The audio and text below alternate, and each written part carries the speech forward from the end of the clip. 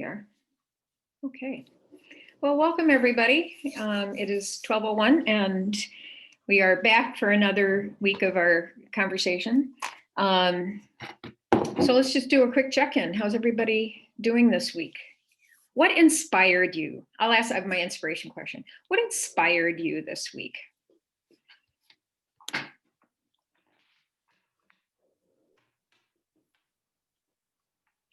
You guys have to follow Sharon Says So on Instagram. Sharon Says So. She calls herself America's government teacher. She is nonpartisan, and her knowledge of the Constitution and laws, and I feel so refreshed reading her information, and I'm just sharing her. She lives in Duluth. And sometimes when she does her little live things, her Minnesota accent comes out, which is hysterical. And then she makes fun of it. But it's just really been a day brightener for me when I'm feeling a little confused and frustrated with the political climate. She really makes you feel like we're humans and we are, we have issues, but we can persevere. So Sharon Says So. Is that what I put in the chat? Is that correct? Let me check. Is it all one word? Okay. Thank you. So not parent ed related, but yeah. Well, just in terms of like mental health and feeling positive. Yeah. It's been really, really wonderful. So anyway, I just wanted to put a stick in for her. Yeah. Thanks. Anyone else being inspired? Sarah, I just opened up asking friends what inspired them this week. I live, my house backs up to Lebanon Hills Regional Park. And so I went for a very long walk through there, and that was just so refreshing to be able to be outside. And I saw two people. I was with my son, but it was interesting. We didn't even talk. We were just walking and observing everything, and it really just felt really good. And then every once in a while we'd say something, and it was inspiring. Wonderful. How old is your son, Shelley? 9. So I mean, but we walked for about 2 hours back there, and so it was just really nice. Oh, fabulous. Anyone else? Oh, Sarah, we can't hear you well. Can you hear me now?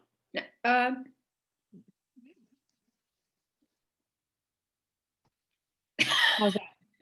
That's better. Reboot. Oh, now we can't hear you. Ooh. Okay, hold on.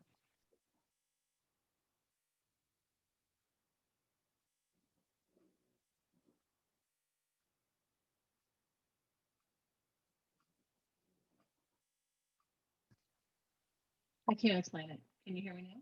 Yeah. We'll know once you keep talking. When I keep talking, I'll say really fast. I have a Peloton. We're under quarantine. No.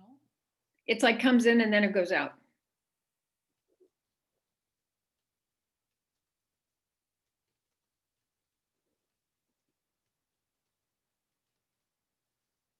We are under quarantine, so I mean, oh, there you go. That's nice. Get the blood pumping. Yep. Yeah, I turned the volume up. Does that help? No. Little wonky. Yeah. You just sound far away. Oh well. Technology. What can you do, right? Anyone else? What else has inspired you this week? This is a little morbid, but both of my parents have died in the last 10 years. And last night, for the first time, I joined a workshop for dual parent loss. And I can't tell you how much it reminded me of the support and connection of ECFE. Just having other women who have been through the same thing, and I cried buckets, but that was cathartic and probably good.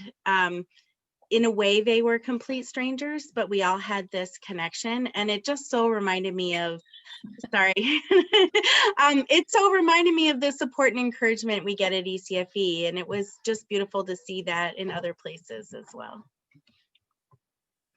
Yeah, you know, my dog Audrey had this, she has this vestibular, anyway, so bottom line, Becca, is I also, like, there's a senior pug group and my dog went through a medical thing, and, you know, I can be all academic-y and talk about the literature that, you know, about parent support through online connections and that sort of thing, and write about emotional support and what that means to parent confidence and things. But then there's experiencing it. And from, you know, like I posted this thing and I just said, you know, what, you know, like, has anybody else been through this? And, you know, immediately got all this stuff. And I just felt all that stuff, right? That my fears were normalized and, you know, like I was validated, you know, anyway, so I get it. And it's nice to like step out of our professional world and be reminded of these mechanisms of support and how helpful they really are. Yeah, thank you. Anyone else? So Lori, just to catch you up, we're just sharing what has inspired us this week. Kind of random, if there's anything. Is my mic on? Yes. Yeah. Actually, our classes begin Tuesday in person, and all of my 2s and 3s classes that we are offering are full. Oh. So that, and one class has a waiting list. I mean, we aren't offering, you know, our usual amount, but usually we take a dip in winter, and so to see the numbers higher right now than we were running in fall has been encouraging. That's great. Do you have any thoughts about what's going on? Like what might be, is it practical? Like from the things you guys are doing? Is it just kind of where parents are? Well, our numbers are good in Mankato, actually, and they've been going down. And so in the free press, you know, it's on the front page every day. And I think people have been really respectful for honoring all our procedures and policies as far as, you know, the hybrid model. So and probably they're going a little nuts. I don't know. Like we all are, you know, they just need something for their kids at this point. And so I guess I'm not sure. Mm-hmm. I'll have to ask them when we get them on site for sure. Mm-hmm. We've done 2 weeks of distant learning with them where we sent activity packets home with books and videos, and 1 week was on penguins, and we brought in a video and sent home from Kids National Geographic, cutest little penguin video ever. And so, you know, we've tried to be pretty engaging with them. So, but I don't have the answer to why, you know, we've got these good signups. Yeah, good, thanks. Well, I mean, I think that's the challenge is there's so many variables. And even as you're talking, I mean, my initial thought was just like, well, there's program delivery and how well does that work? And then there's like audience interest and need and just timing and that sort of thing. But then even as you're talking, there's then on top of it is just this COVID reality, right? And there's the like what it means to people's lives, but then also kind of practically in terms of where you are geographically, and if you know if things are getting better, if the cases are going down, people are feeling more comfortable, things like that. Yeah. Yet at the same time, they're telling us to not let down our guard. You know, Right. I mean, numbers are going down because people haven't been hanging out, but you know, with the new variant that's catchier, Right. yeah. So that's something important too. I think some people are sort of being lulled into a sense of, oh, our numbers are going down, which can make people a little less vigilant, I think. Yeah. So, Yep. One thing is my sister is wintering in Florida and she just asked me, are you going back? And one thing is, all fall, we did not have any transmission within our program of the families in our classes. Staff in our building, we did, a lot of people were taking their time because of the family transmission that they might have had with their young adults or something, but we didn't have any reported family transmission within our ECFE. And so the families that came are signing up again because I think they felt like we were doing all we could, with the plexiglass and disinfecting. And our district just sent out a new memo that it's recommended that we wear a mask plus face shields. And a lot of the Mankato district teachers are not thinking they want to do that. And then they said it's not a requirement, it's just recommended. But yeah, even when the community was bad, our schools didn't look as bad for, I think that they've prepared us as best we can. So yeah, I mean, we're going to have all the same procedures that we've always done. We aren't letting that up, but who knows, maybe it'll look different in the middle of the winter, but right now it's looking pretty good. What was that? I'm not in the chat. Well, Yuji was asking about, and welcome Yuji, was asking about the penguin videos. And I don't know about others, but I'm all for penguin. Like my life on Twitter is always helped by a good animal rescue video or a good animal video or a dog's nose, like really close up that you can bop. So yes, that would be great. But then I was asking, just on the side as you were talking, it seems I know Greta earlier in where she is, they were using face shields, just what that experience is like for people to wear the face shields. Well, I have, okay, in our district, they have said that if it's a hindrance to your presentation and learning, you can drop a mask and wear a shield. And we always have our masks on, but at circle time, even in the fall, at circle time with the kids, the 6 feet out with their parents, our early childhood teachers have just done the shield so that the children can see her mouth and hear her. And then I have a rather large couch room that I have parenting in. And because our numbers are so low, they're sitting almost away from me.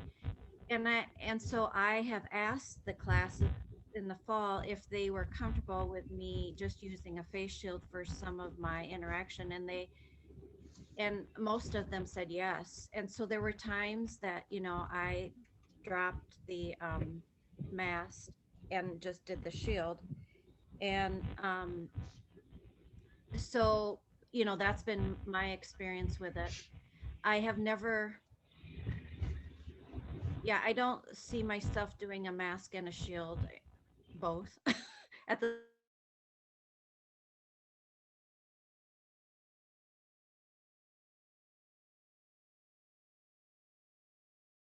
Looks like Lori might have frozen. Yeah. Does anybody else have experience with the shield thing? And if it, oh, and look at Ellen, of course, demoing her model. Nice. so I still have the plastic, like there's like a protective thing on it. I don't want to take it off, but if you guys need a shield, get the ones that come on glasses. right. The ones that go around your head will give you a headache in about 5 seconds, but these aren't bad. And Greta had said that in the fall when she modeled the one that they were using. Yeah. But Those Here- those are the here's ones that we have in Cambridge. Mhm. But personally, I am skeeved out why, like when I pass somebody at the grocery store and they're only wearing a mask, I'm like, ew, your droplets are coming out the bottom. You know what I mean? So as a staff member, you will not see me around other adults wearing only this. I won't do it. As much as I'd like to when I'm teaching a class where I have people in person and on Zoom, it'd be nice for the people on Zoom to see my face. But I'm just not when there's newborn babies in the room. That's just my own personal take. If it skeeves me out, then I think I probably skeeve other people out. Becca, sorry, go ahead. No, I'm not trying to be snarky, but like total honest question, especially for people who are wearing glasses, what does the face shield do? Like, I don't see it blocking droplets other than you sneeze or something. Like, so the mask makes sense to me because it's like really trapping air and whatever comes out, and a little hopefully for what might come in. But a mask like that shield, if it's to protect your eyes and you have glasses on, like, Yeah, I don't think if you're wearing glasses, I don't really see how this provides a whole lot more. I thought the shield kind of, like your typical glasses don't wrap around. Yeah.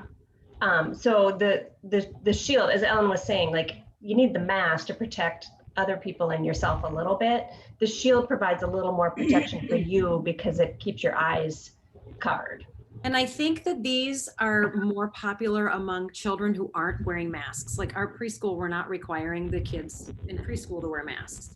So if they sneeze in your face and they're asymptomatic, that's where I feel like this is really nice. But you're right, Becca. I feel like if you're wearing glasses, it's better than not wearing glasses. So because we were also told at first, like a few weeks ago, that we would need to wear masks and shields. And then last week they said shields you do not have to wear, which just felt like relief because, to be perfectly honest, I struggle to wear glasses and mask. So even though I wear glasses, when I've been wearing a mask, I've been functioning with slightly poor vision and not wearing glasses. So I get the protection, but I also have really small classes and distance. So I just feel for me, it's not a huge risk. I felt pretty safe. yeah, I get it. But yeah, the mask, I mean, the shield with no mask just seems like holding your hand up or something. Like it doesn't seem like it would do.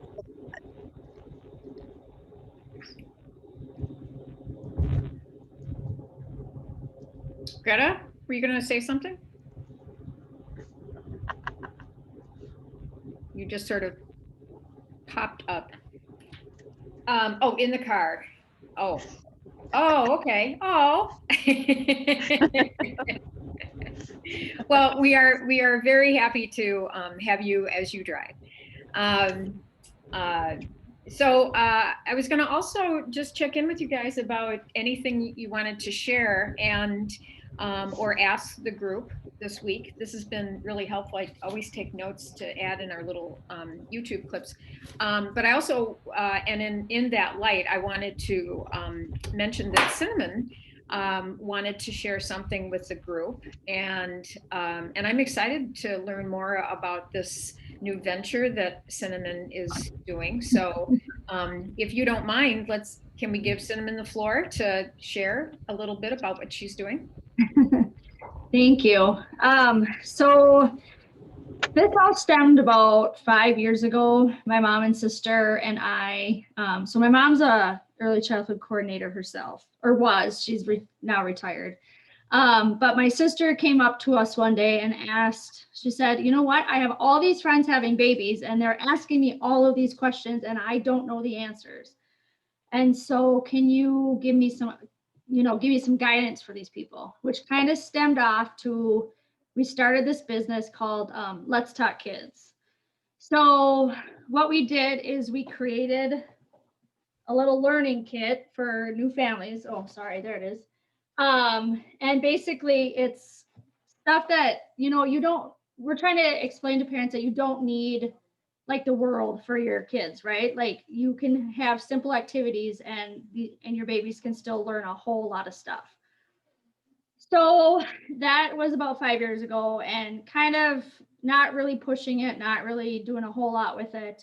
But then we got in touch with the Wilder Foundation, and they really picked up on it, and they really wanted the kit because they work with a whole lot of families that need just stuff, right? But not a whole ton of stuff. So that's kind of where that part of the start went. Well, now my sister, who works for United Health, don't ask me how, but she is like Miss Worldly. She finds people like, I don't know, she just does it, right? This is just how she is. She just finds people. Well, through United Health, she found a speech pathologist in the University of Colorado, and then she found an OT, from Oregon, I believe. But anyway, so our Let's Talk Kids business, and then these two people have decided to make a new product called Baby No. And what we're doing is we're focusing on just birth to age 1. And so what we're doing as of right now is we have our website up and our email up, but we're looking for testers to test our product. So what we are doing is I am personally making videos for like the parent ed piece and some just information for parents. Our OT is talking about OT stuff for babies birth to age 1. And then our speech pathologist is talking a lot about language and how to talk to your baby and really get those vocabulary and language into your baby so that they're ready for, all that stuff. For the pre-writing and pre-kindergarten and all that good stuff. So what we're looking for right now, and I know it's super hard, but we're looking for parents of infants birth to age 12 months to like kind of help us test this product and look at the videos, give us feedback. We are sending out like weekly emails with activities for them to do, just different things for these families to do. Because again, we're looking at, you don't need a whole lot of stuff, but you need to interact with your baby, and here's really good ways to do it. And so that's kind of what we're looking at in a nutshell. Now I know they have way more information because I am not the business like person of this whole deal. I'm just here to like tell you kind of the basics. And so like our website and our email will have way more information for you to dig through if you're interested. If you know of anybody that's just having a baby or has a baby through 12 months and they're interested in testing this for us, I can give you the information. I'll put it in the chat, and you can just check it out that way too. We are in the first stages basically, so really like we just have our first unit done, which is birth to 3 months, and that is up and running right now. So we're really looking for those very new, brand new babies. And we are slowly in the process going 3 to 6 and then 6 to 9 and then 9 to 12. So they do get, a whole gamut of information in those ages and stages. So. Wow. Thanks, Cinnamon. So I've got questions. Yep. Is there a website like that you can put in? Yep, I'll put it in the chat. Yes. Okay. Yep. Yep. And then because I'm thinking from a dissemination standpoint, like if anybody here or if you wanted to post on Friends of Family Education, then there would be like that recruitment statement or that link, right? Because that would be the easiest because families could just like look at that. And because from our world of sort of doing research and gathering, is like that snowball thing of putting something out there on social media and then other people share it and that sort of thing. Right. Do Right. they, is there any kind of incentive or any kind of remuneration that they would get for participation? So what we're looking at is we're looking at giving them a way discounted price if they do help us test. And then we just require them to just kind of give us some feedback on the videos, on the activities, things that they like, things that they didn't like. And then we're kind of hoping that some of this like stuff that we can bring, like some of this data we can bring back from the parents, we can share that out too and say, this is what they really enjoy. This is what they, that kind of thing, like all that data collection we all have to do. Mhm. And so it's just, we're looking at, for the whole course, again, it's, if they start at infancy and they go all the way to 12 months, it's like a $300 course, but then we're giving them like an $85 charge for if they do, like if they're our tester. So that's kind of what we're looking at. I don't know how much, they'll probably get some type of recognition on our website once we get that up and going a little bit more. Like, how some websites, they post like, oh, this person said this about the product or whatever. So, and again, like I said, this is in very brand new stages. So we just don't know, what'll all end up and whatever. So. And then I guess my third question, because this sounds wonderful. I mean, years and years and years ago, there was the toy. There was like you could get a kit of toys to play with your children or with the babies. And a lot of the home visitors then were being trained less in parenting and more on play and more on, and so there would be usually a woman who had a home ec background, like would come to mom's houses, right, with this bucket of toys.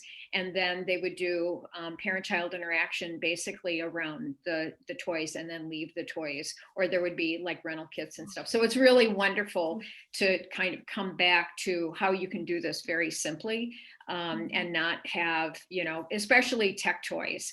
I've been sort of interested in with catalogs that come out at Christmas time of presents for children and toys for children and how everything has become electronic. So anyway, and aghast. But my question actually is, because this is a wonderful thing, is there a target group? Because there's so many parents that fall through the cracks, and especially with this delivery mechanism, is the target for this rural families or families who are non-English speaking or homeless families, or is it kind of at this point more of a generic parents with babies? It's a broad one. But right now, like our first tester that we have, she's a first-time mom. She's a single mom. And we also have a tester that's a high school student. And so like her high school, I don't even know how it works, but she's non-English speaking. And so she has like her teacher that comes and, helps her with all this stuff is teaching her this class. And so it's just kind of a broad range of whatever we can get. We're focusing, like I said, we've worked with the Wilder Foundation, so we're focusing on that kind of population right now. It's just like whoever we can get at this point to test it, we will take them. So, Great. Yep. Great. And we would like the big range. I mean, we just don't want like, just white American middle-class families. We want everybody. So, yeah. Do you have Cinnamin? Oh, I'm sorry. Sorry. I know people will have, and also be sure to use our group, right, for questions. Yep. Too, so. So, Cinnamin, can I have a question for you? Yes. So, for example, if I found some parents in China and they want to participate in this test, and do you have platform, like, because Google is not available in China, and do you have platform for these people to get involved? Yes, so our platform is under Teachable. Oh, And so I don't know a whole lot about Teachable, but I know it's a platform. I'll have to look. I just know that our platform is Teachable. okay. So I think if you go to the email babyprogram@gmail, Mm-hmm. they will send you the link. Yes. Okay. Okay. Yeah, and with all the kind of the description about the testing. Yes, it has all of So that. they Yes. have. Okay. Yep. So Okay. the website will have all of that too. And then if you email our program, we will give you more information. Yes. Okay. Thank you. Yes. Yes. Yep.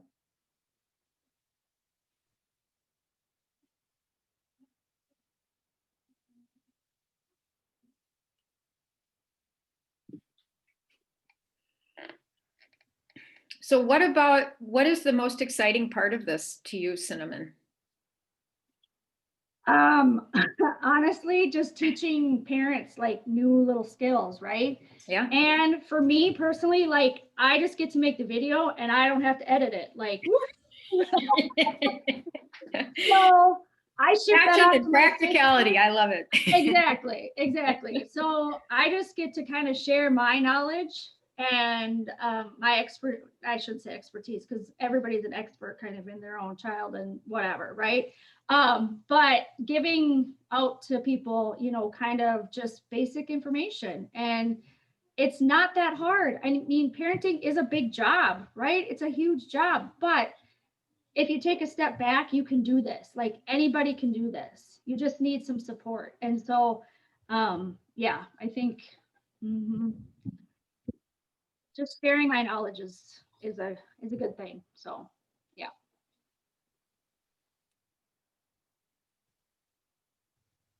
So yeah, just you guys can either email me. I can leave you my email address. Otherwise, like I said, you can go to one of those websites. We'll give you way more information. But thank you for letting me share. So, yeah. Thanks, Cinnamon. Yeah, I think it's really exciting. I think one of the common themes that I've picked up over the last, well, since COVID started, was this as parenting educators, as professionals, like how do we continue to feed our passion and our ability to teach and reach people and do what we do within or around or outside of the confines of our jobs, and are we subject to what the district is doing? And certainly, I mean, Sarah had to leave, and but in Edina, I mean, it's made it impossible for her to do it, right? And so there's been an increasing number of people who parenting educators that are kind of going out on their own. They're doing other kinds of partnerships, and so I really applaud you, Cinnamon, for being involved, because it just is more good stuff. And as we know, there's never too much parenting education and support, right? Well, thank you. Thank you very much. Yeah, well, keep us posted too as this unfolds. Absolutely. And because in additional ways that we can be supportive to this and curious. And I think that's, again, just I get emails from people, and usually is another example, where there's always a curiosity about how do you get started, and how do you light a fire, and how do you get people's interest and passion and attention, especially at these really crazy times where it's hard to get people's attention if it doesn't have the word impeachment or inauguration or COVID at the beginning of it. So who else has anything you'd like to share or ask the group?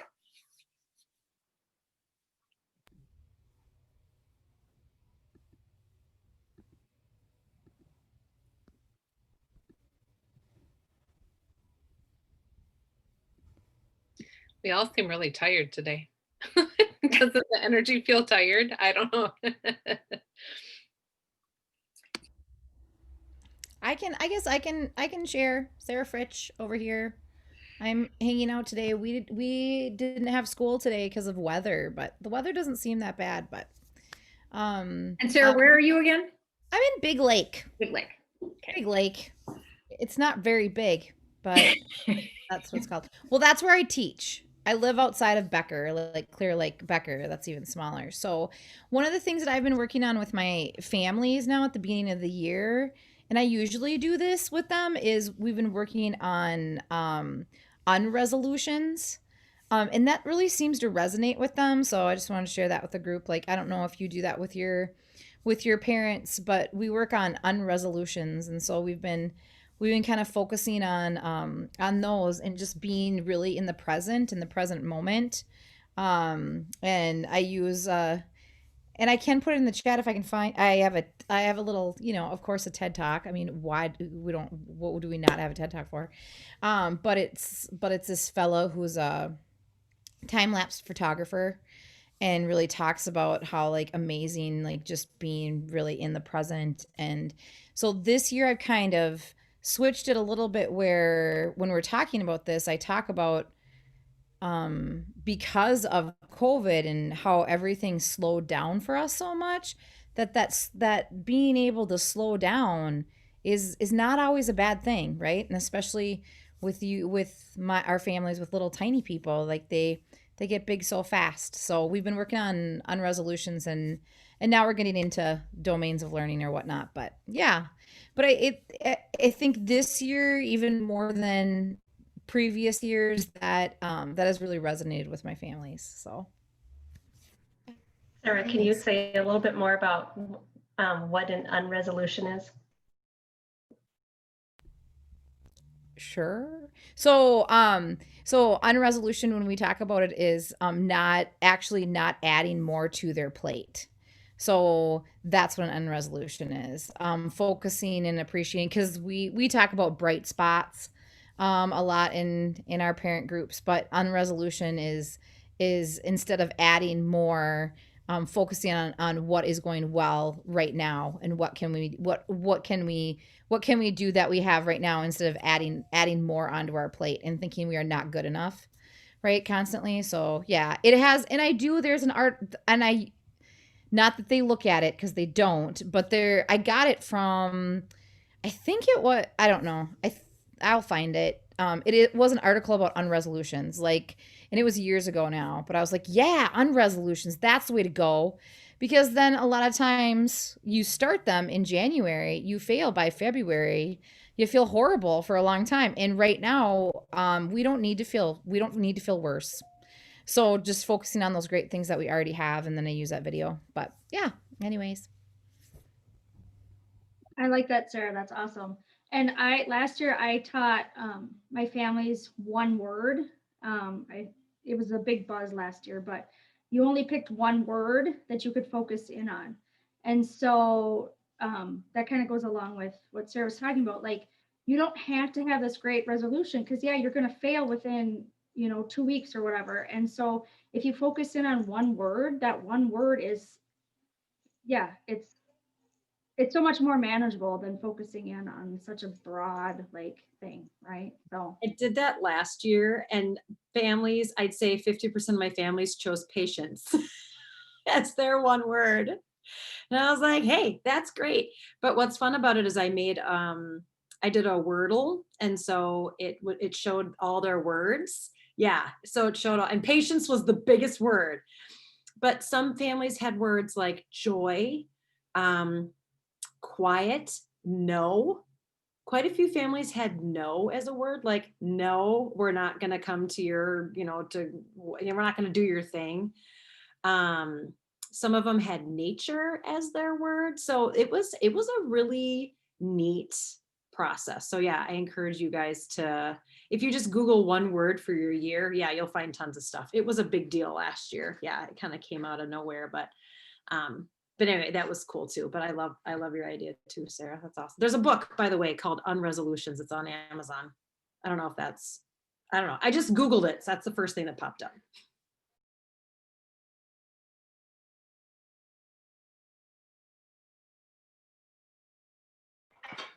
This is reminding me of an activity that I did with staff, but I have not done it with parents yet. So maybe you would be brave to test it out and figure out how it would work.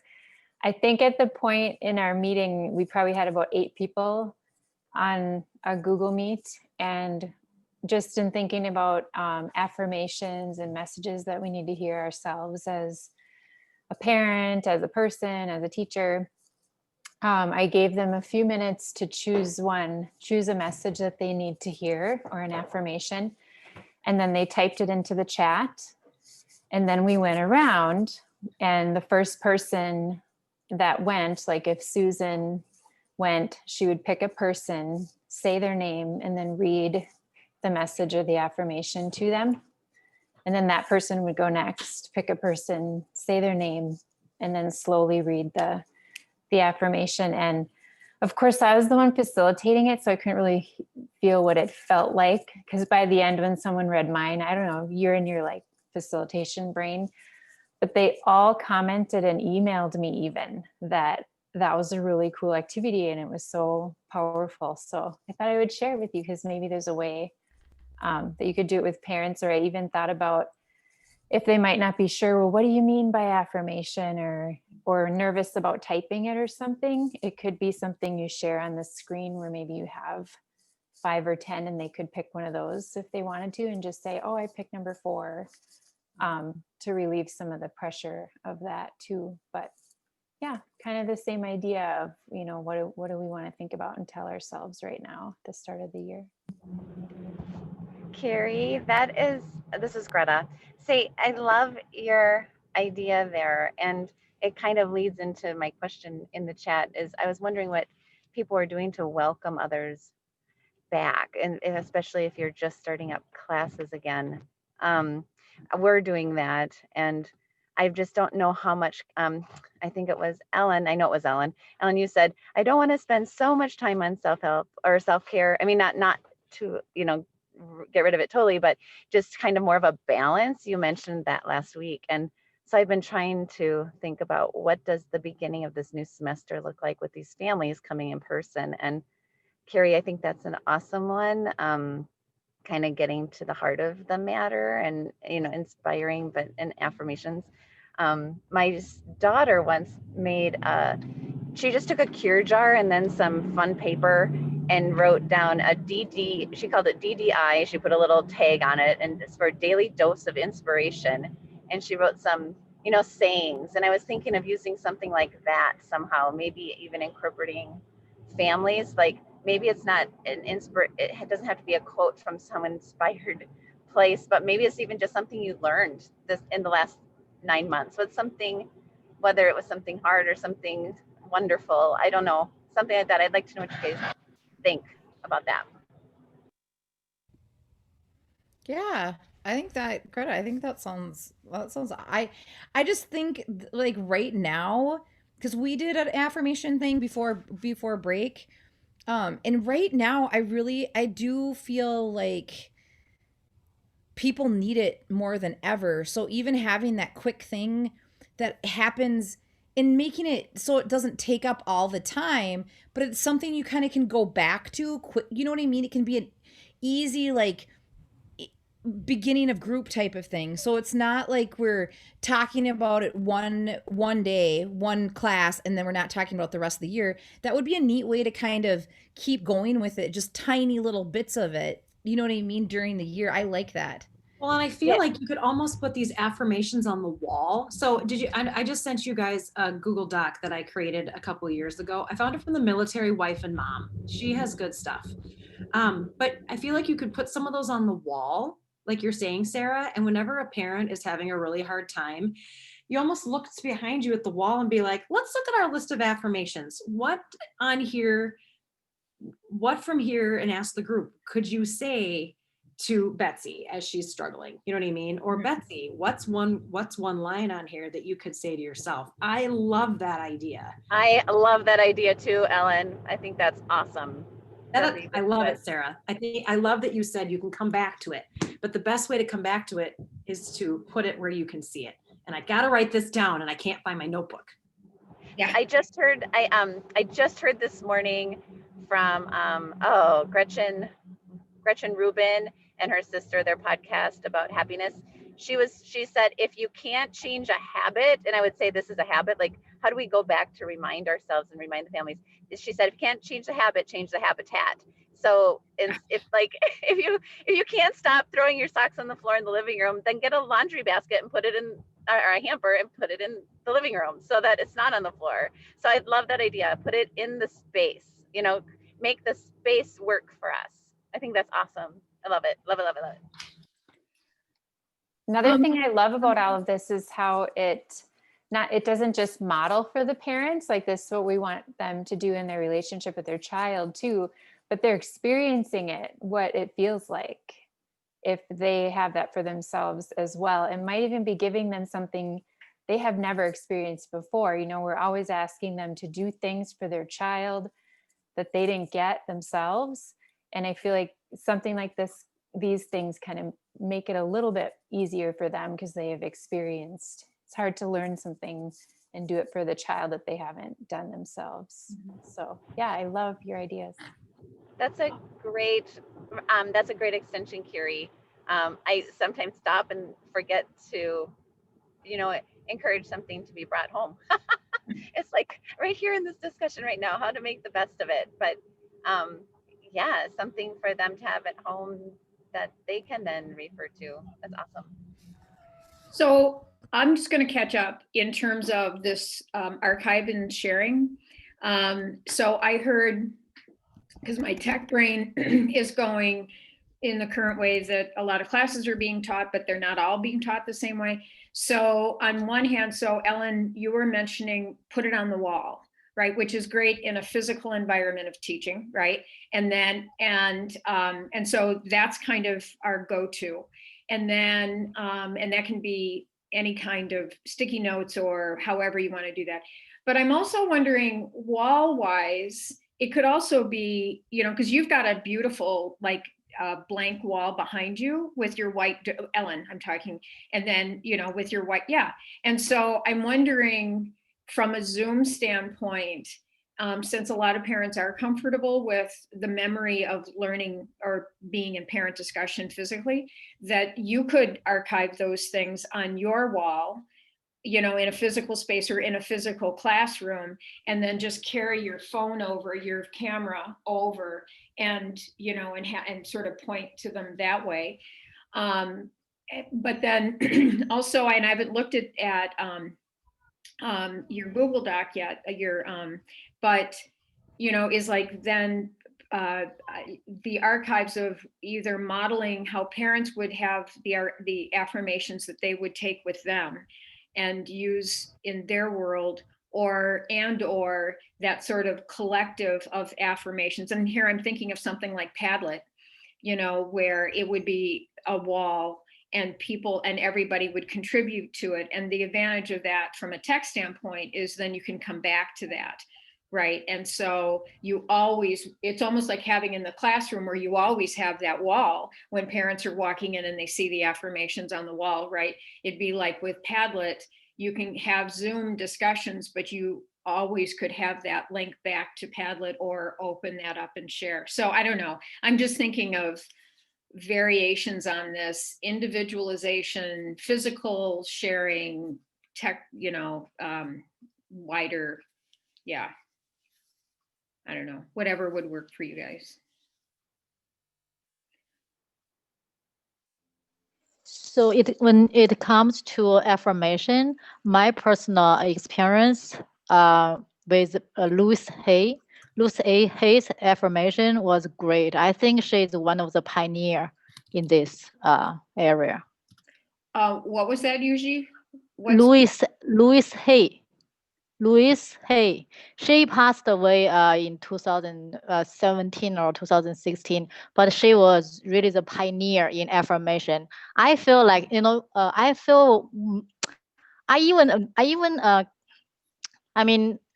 she created kind of a workshop, according to this. So I practiced a lot when I was in New York. I attended her conference in New York City So she's really good. She has I Can Do It, the book, and also she was a New York bestseller author, and she has You Can Heal Your Life and 101 positive affirmations. Yeah, so she is really great. Okay. So that's, we're just looking that up. So that's Louise Hay. You. Yep. Great. Wow. Well, and Jean Ilsley Clark obviously has the affirmations for children. And I remember one year I put all those the affirmation ovals around the room. And some of those affirmations are so simple. And I can't remember which one it was, but I think the toddler one was, you are allowed to have all of your feelings or something like that. And that one really struck with parents because, parents of toddlers are just like, why are you such a pill? You used to be so wonderful and adorable. And so I would say something your child needs to hear from you is that you are allowed to have all of your feelings. And they were just like, oh yeah, they do need to hear that from me. So I have all of those.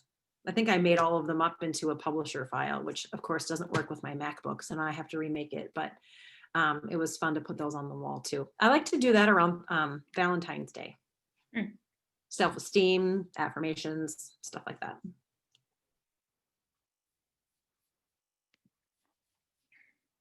I just Googled affirmations for children. Oh my gosh. There's like many. There's like cards and games and posters and all kinds of things.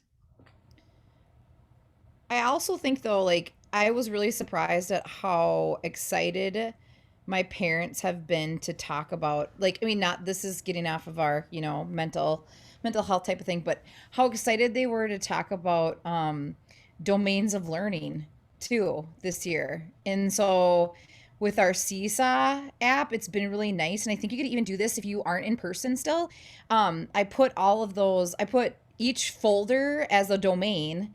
And then, so when we get pictures of their kiddos or whatever, I can tag that and put that into a, underneath language and literacy and I think, I don't know, it's funny to me. I mean, it's great, but they're really excited to learn, like, what are they learning through this? What domain would that go into?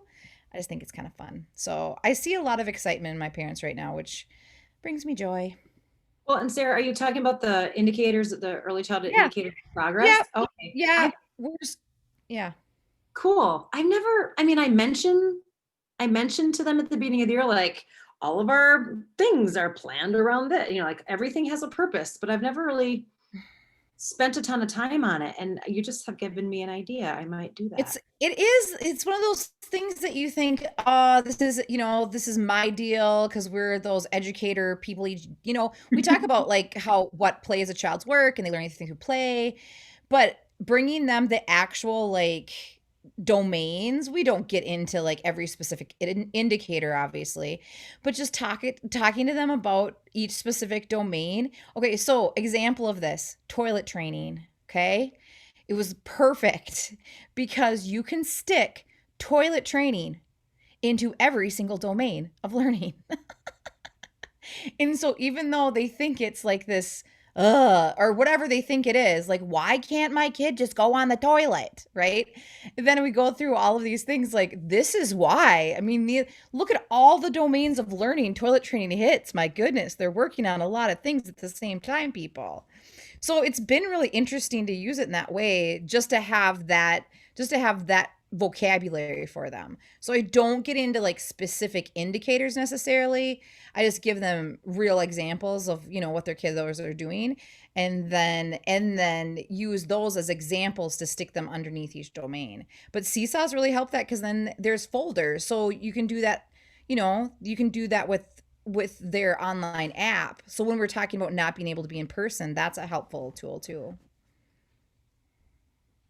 Sarah, I'm curious, so have you been doing like a week or a lesson or something like that on each domain? Or are you doing a topic like toilet learning and kind of teaching the domains through that? Or how are you approaching it with parents?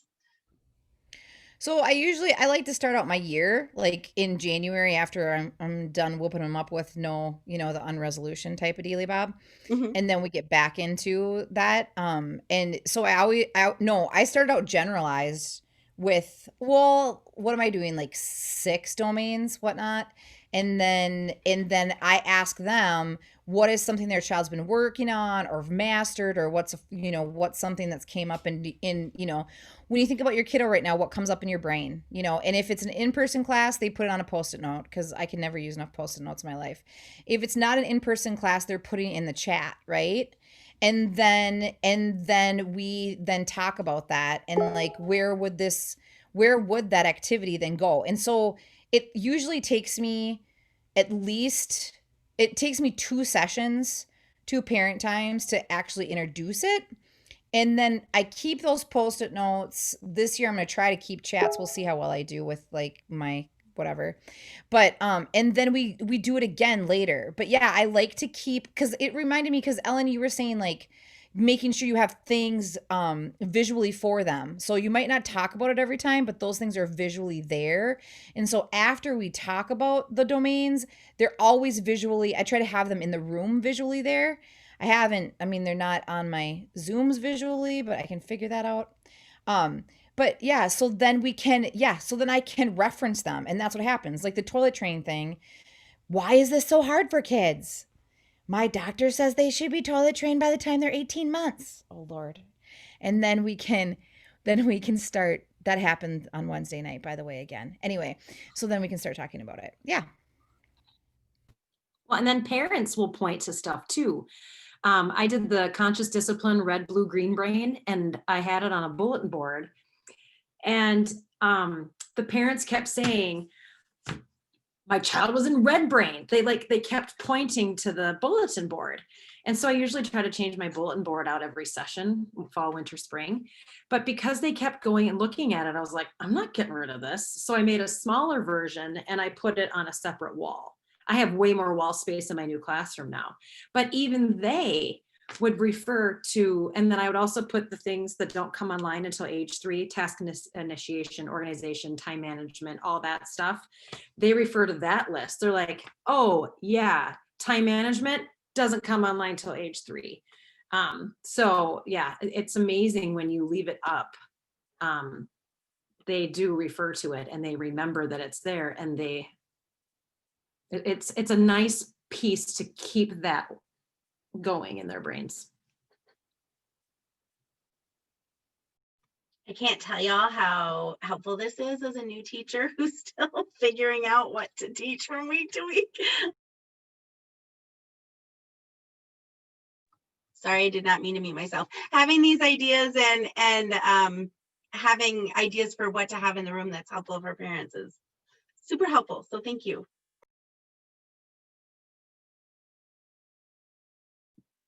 Yes, you guys rock. That's a great thing about, I love the art of being a teacher. It is so evolving, and I think that's partly what jazzes me a bit about technology. But I was having a conversation with my daughter about design. She's she does research, market research, but she has a design brain. And so she was one who exposed me to this like user-centered design. And she worked with a museum. She's very interested in exhibit design in terms of like flow and where people's attention goes, and the things they're really interested in what they do at an exhibit and interactions and talking and that sort of thing. Anyway, and that creativity. And I was telling her that one of the things I've always loved about being a teacher is the creative nature of it, and that you are constantly problem solving and tailoring the information and the content to your space and to your learners. And then also being aware of how things have changed, like how your learners have changed, but then how the content has changed, and sometimes your administrators change, And so it's like never a dull moment, because there's there's always this possibility for change. But I think through that is this idea of artistry and expertise. That is what we're hearing. I love about our conversations, right? Is that there is no one way to do anything, to do our teaching. And yet there are better ways and things that we learn. And I think one of the things that I especially appreciate, and something that Ellen was saying, is that, we may change things up because we know that differentiating our learning experiences is very useful and that sort of thing. But we also have to be observant to when things work. And when there are certain graphics or a poster or a set of music or a way of teaching or something that just clicks, and we just know this is what they want, this is what they're coming for, this is what really makes a difference to them, and we accommodate our learning to include that, right? I think it's just amazing. So thank you all. This is great conversation. Anything else for the good? We're a little over 1, so I want to respect everybody's time. Anything else? I put the new revised ESIP thing in because I have a PDF of it on my desktop. I don't know if it will go into the chat right or whatnot. Okay. But if somebody needs me to email it to them, I think I can do it that way too. I haven't figured out exactly what you can share that way. So if it doesn't work, somebody can email me or whatnot if they want it. Yeah, that one's not working, Sarah. See, I know. See, knew it. Oh, Ellen put the real one on. So I found it on the Education Minnesota website. It's been so, I mean, I know that they were revising it. I just never saw the updated version. So it's very pretty. It's a nice blue book. I've never seen it in the blue. I've never seen it in print. So I know only special people got it in print, Ellen. Sorry. yeah, I know. Well, apparently I'm I'm not in totally the joking. That was a not in the right JK. club. How much do I have to pay for this magical blue book? I'm totally joking. I don't know know. anybody that has it either. I'm kidding. That was a kidding. So I have it, but I'm not special. Don't get Yes, you are. Yes, you are. Cinnamon, You're you're so special. Cinnamon. Great affirmation, ladies. Thank you. But I thought You can order it with $7. $7. You can order it. I was gonna say, or did we get it at Menafee? Like, would it? No. Okay. No. Seems Okay. like it would be a really good freebie for Right? Menafee. Like, come on, $7, let's go. Come on, cough it up. Mm. Right. We're getting so sassy now. Okay. I'm always sassy. You just feel comfortable. That's awesome. Like, that's what we want our parent groups to do too, right? Just all of a sudden just lay it out there and just give it, Oh wow. I have some really comfortable parent groups right now. I kind of wish they weren't as comfortable, some of them. There's a lot of really interesting. It's really interesting when people get all like locked up, cooped up too long. Woo, mama. Yep. Wow. Yep. A real quick story. I had a mom who was so comfortable with her group. She had a hysterectomy, and then she showed everybody her hysterectomy spot. She's like, look, there check it is. out where they put the scars. And I was like, wow, you almost took off your pants. Like, Okay. Oh my gosh. Okay. I know we're over. I'm so sorry. Okay. But I have to tell you guys this now. Okay. Oh my gosh. This is so great. Okay. So I had a new mom that came in because we have classes in person, and this is the first time I've seen her. She has a new baby. She didn't bring the new baby. So she has her toddler person that she came into class with. And she goes, she's like, oh yeah. She's like, will you watch him for a second? And I'm gonna grab my whatever. I'm gonna pump. And I'm like, oh, you can totally, I have a space for you in the parent ed room, whatever. Cause it was a non-separating, whatever. And she goes, oh no, I can come back I can pump in class. And I was like, oh, and and you guys probably know this, but I did not know that they have these things now that are battery operated that you stick in your bra. Yeah, you stick them right in there and they're battery operated and they look like giant like bowls. Yeah. And so she came right back into class like wonk wonk. And then she was coming into class. I'm like, wow. So it just basically looks like you grew like, 14 cup sizes. And she goes to me, I'm like, wow, I had no idea. And she goes, yeah, look. And she went, wakonk, wakonk. Like totally, bam. Yep. Hello. Yep. And I said, oh, those are nice. Yep. Okay, thanks. I mean, I'm really open. Ladies. I am, but wowzas. Anyway, yeah, sorry. Well, That's my- and to piggyback off of my story about, I did have a parent who was not pleased that Oh, she that wasn't. her mom. Oh. Yep. And she said, No. I just wonder if the superintendent were to walk into that room, what would he think? Yeah. Granted, so she just a little, she was just a little more reserved. There was a conversation once that got a little, talked about intimacy, and I could tell she wanted to disappear in the couch cushions because the Sure. group was so comfortable with each other, and so she sent me a message and she just said, hey, that really made me uncomfortable. And I really don't feel like you did anything to stop it. And I was like, oh my gosh, what did I do to stop it? And I didn't expressly say, put your pants back on. But I did, you don't want to make parents feel stupid, right? Like you didn't want to be like, all right, enough of that. Back to our topic. I think I probably just said, oh, that's really interesting. And then I got back into it. So I think one parent felt super comfortable and another parent felt super uncomfortable.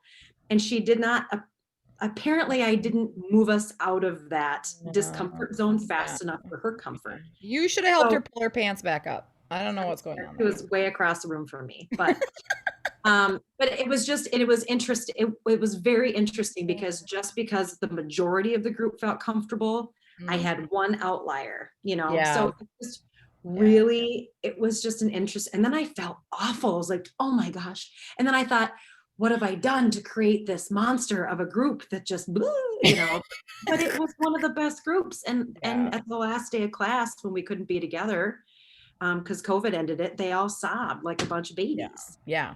So anyway, it is interesting how. Oh my gosh, I love it. That just makes my day. I'm so happy now. Okay, so you guys all knew about the weird the pump the It's pumps called that the go into Freeney. your bra.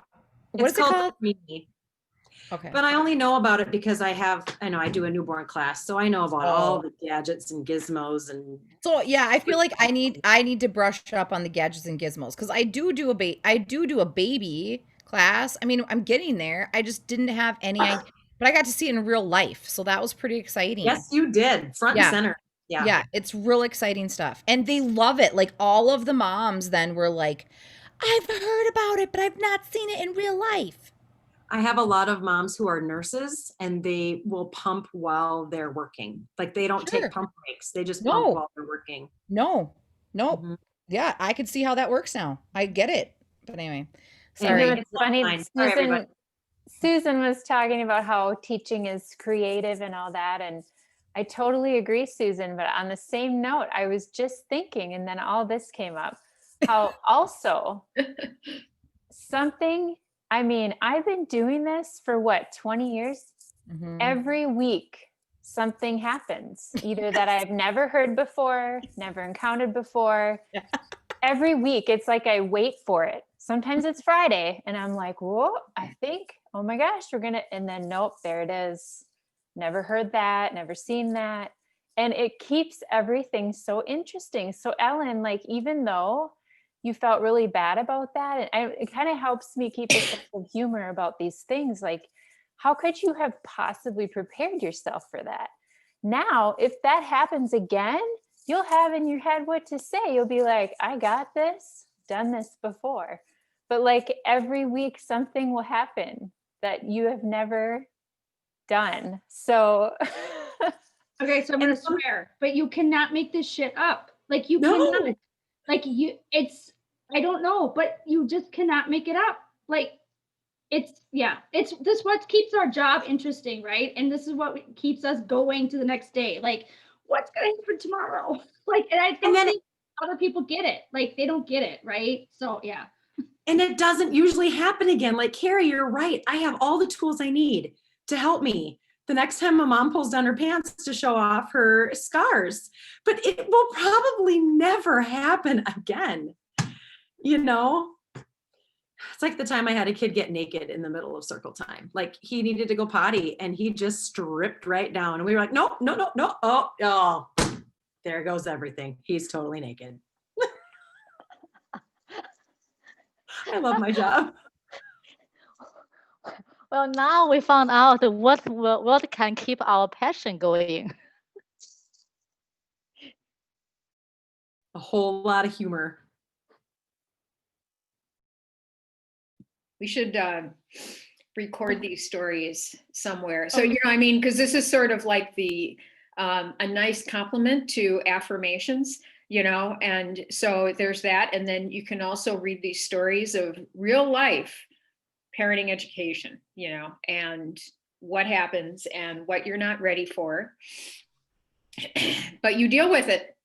And, I know this is going long, but I'll never forget my first year where I had a mother come with a daughter to class, and she had the daughter's face looked just awful. It was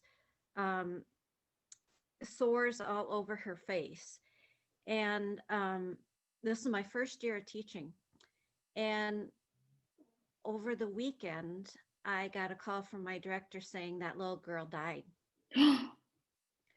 And then her next statement to me was, and the mother is going to be in class next week. And I just wanted to prepare you. And I still have chills even just talking about this, because I thought, how could that mother want to come to class next week? I couldn't understand that, thinking that she wanted to be there. So the mother walked into class with an 8x10 picture of her daughter and held it. And my director, luckily, because if I hadn't been warned, I would have been so emotional seeing her, if I didn't know ahead that this mother was going to be coming to class. So right away, I got onto email and I emailed all the families and I prepared them that this little girl had passed away. But the mother came in and she got very descriptive. And the baby, this little girl died in her arms. I think she ended up going to Minneapolis to a hospital up there. And the baby died in her arms, and then she got very descriptive, and it was not appropriate. It was just not appropriate. So I did, right away, I just kind of interrupted or, distracted that thought. And then luckily this was the evening class, I had a dad in there, and the dad just right away said, I can't imagine how hard that was for you and to go through that. But that I feel like that's probably the hardest thing I've ever had to do teaching. And I also think, and my director said, Lori, do you want me to come? And I said, no, I'll do this. But there was a lot of silence. There was support, but that hour was just, tears and pain, tears and pain. And I remember thinking that child never should have been in class, the week before. That child looked so visibly not well. Well, and Lori, did you find out what she had? Did you find out what it was? I mean, I'm assuming she had a disease of some sort. Did you find out what it was? It was some kind of infection that just took over. Oh my gosh, that's so tragic. And this mom was more, I would label more at risk. But I think the most beautiful part in all of that is that she clearly felt that you guys were a safe space. She would have never returned in that vulnerable state that she was in if she didn't feel like that was a place to go. And that is a testament to the environment that you created. So I know it was a long time ago, but that's my takeaway from this really sad situation. And that she got that kind of support from that dad, that probably sort of sensed the mood and could, I mean, I always love that as a facilitator, because then it isn't just a me and the parent or me and the student kind of dynamic, but as soon as that happens, it opens up and it becomes with the group, with the community. And I think, I was prepared that when I reached out to the other families, telling them the story and that she was coming to class, that they would not come.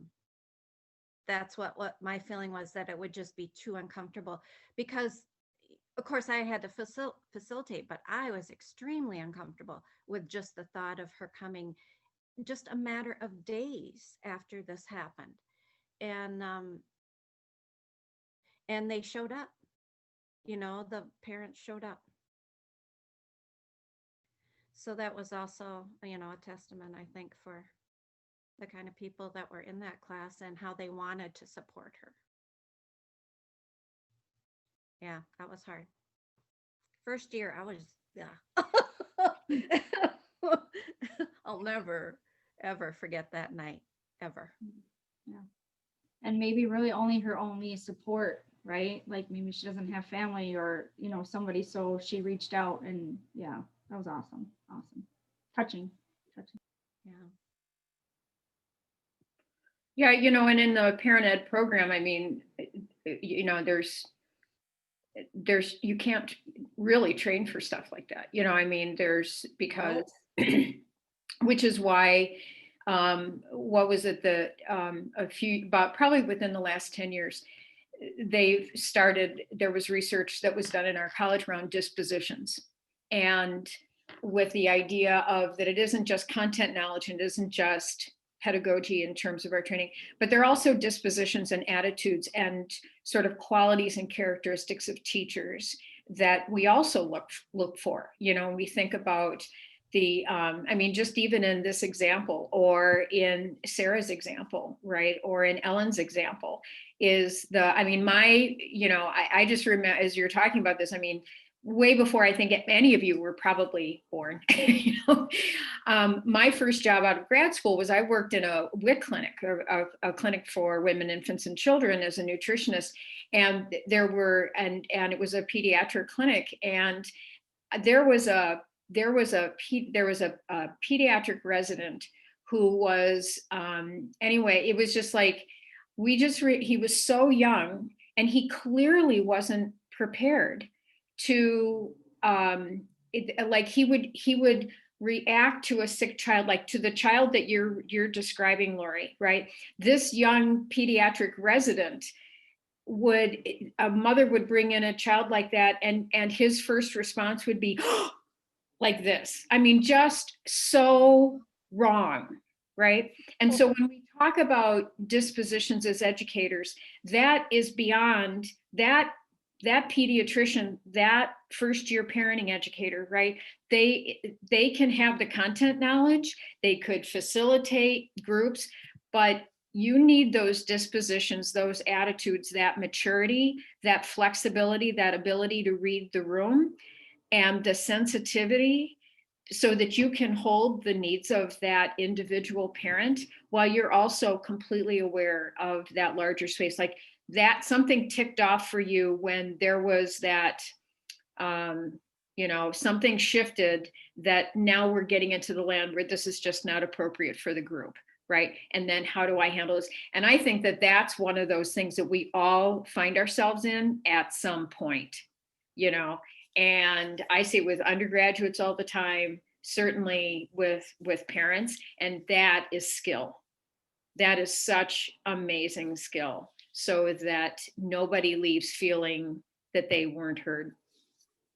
And, I remember processing, how am I even, because it was a separating class, first half hour were with the kids. She showed up for that part with the picture, holding that picture. And I thought maybe she's just going to come to the parenting when we go upstairs to that room. No, she showed up for that first part. She walks in the room holding this 8x10 picture. And then when we got upstairs, I was practicing in my head how I was going to start that hour upstairs. And so I just I remember looking at and saying, we were informed of what you've gone through and what has happened, and we just want to be here for you and support you. And then I think my thing there, and maybe it was not having any experience, and I'm not a counselor, is just not really talking very much and just a whole lot of listening. Yeah. And letting her go until it was almost to the point where I was getting ill. And then I knew when I was feeling physically ill because of the things she was saying, that, I caught it right away, and I thought, no, we're not going there.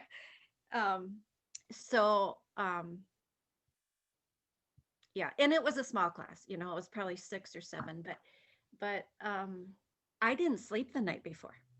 I remember being up most of the night thinking, how am I going to handle this when she shows up? And I bet the parents that were in the room didn't sleep that night then.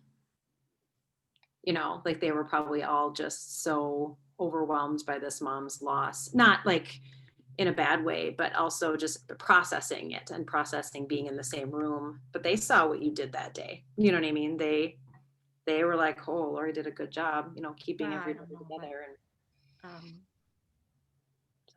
Yeah, sometimes I think it's best when we're in really difficult situations to pause and do nothing for a little bit.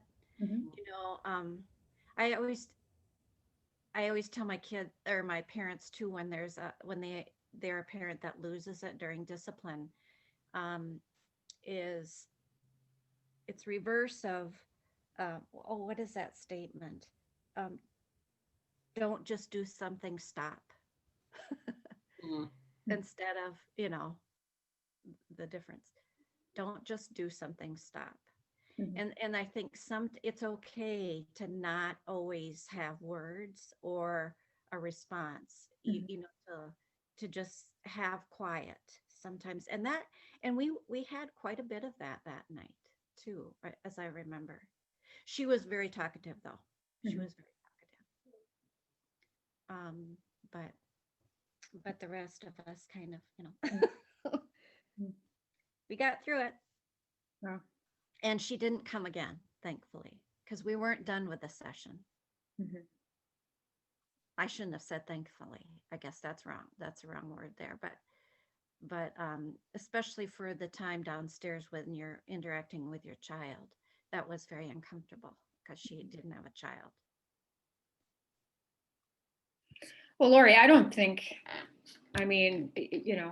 as educators, right? I mean, we're only human and we handle so much.